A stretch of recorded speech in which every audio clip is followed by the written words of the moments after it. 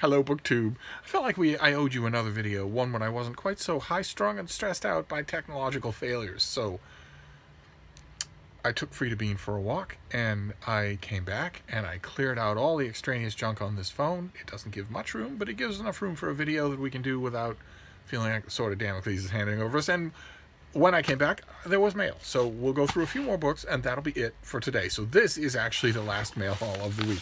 We'll start with this package from W.W. Norton, my favorite publisher. So let's see what we have here.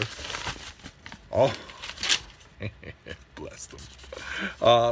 Norton, in addition to all the other stuff they do the Norton Critical Editions, which I've mentioned on this channel before, are classic texts from the Western canon, or the Eastern canon, where you get the text at the beginning, and then the second half of the book is devoted to the critical afterlife of the text. So you get, first of all, any original documentation that it might be based on. You'll get history behind Macbeth.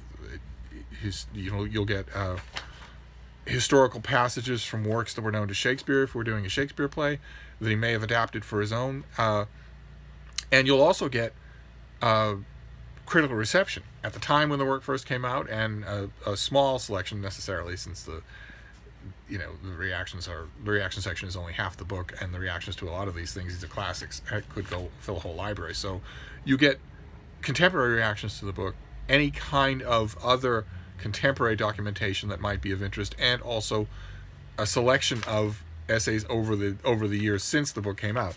And the folks at Norton regularly keep me supplied, which is wonderful. So let's see what we have here. We have okay, this is the very first Norton Critical Edition of this particular work that I have ever read. This is it's Harriet Jacobs, Incidents in the Life of the Slave Girl. So it will have her classic text and a whole bunch of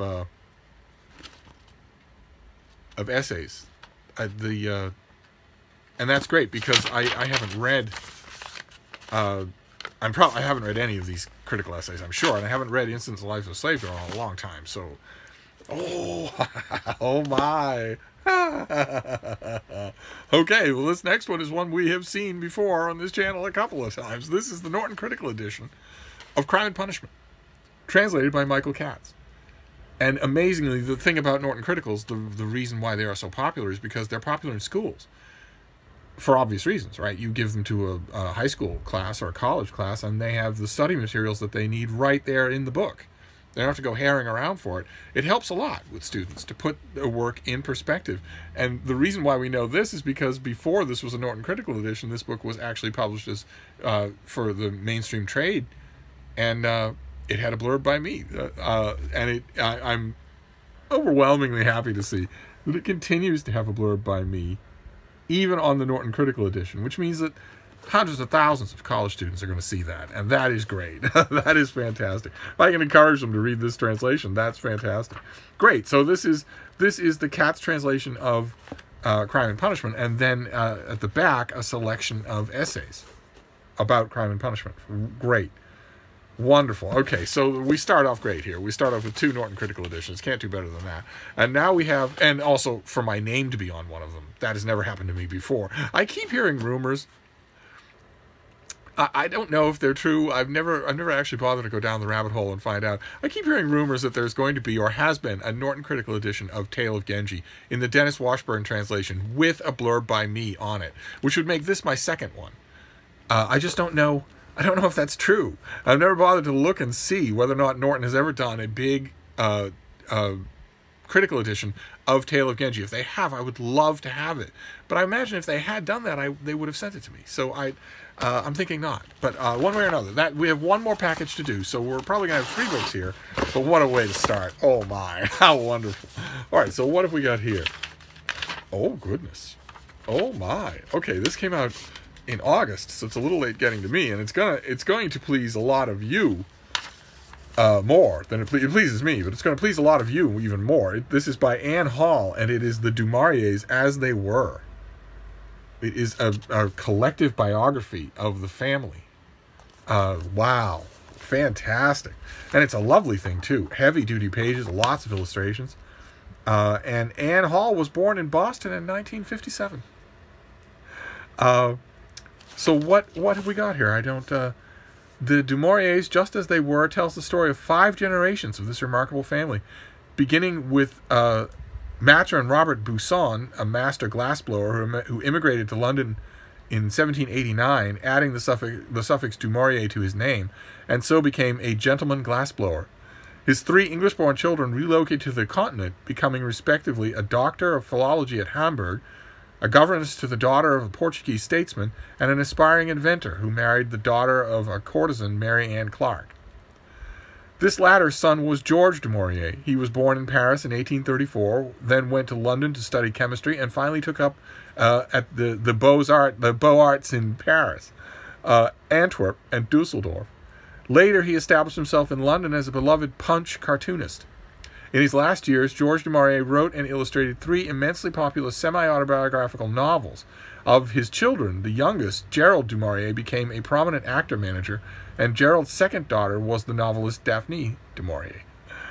In the course of her career, Daphne published 4 volumes of family history, culminating in the extensively researched Glassblowers, which revealed her French forebears' aristocratic imposture for the first time.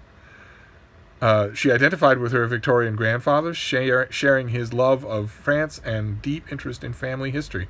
However, she puzzled over his first book, Pierre Ibbotson, wondering why he had portrayed their ancestors as aristocrats. The reason is complicated, highly revealing, and would almost certainly have been a complete surprise to her. Okay.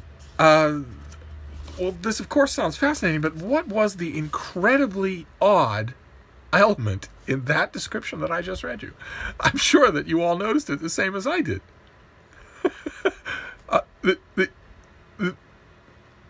His daughter, Daphne du Maurier,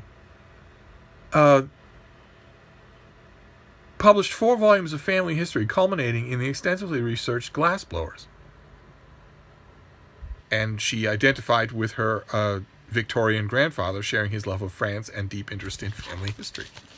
I know, maybe you think it's the elephant in the room, it's too big to need describing, but what's missing from that? To an ordinary person who maybe doesn't know anything about the subject and picks this up and thinks, what's this? Who were these people? Did Daphne do anything other than write volumes of family history? Anybody? Can anybody think of... I mean, was she a writer of anything else? Perhaps she wrote volumes of family history, and they're puzzling, and we'll get to the bottom of them in this book. And well, I guess every family has someone who looks into genealogy. I guess that was Daphne, right?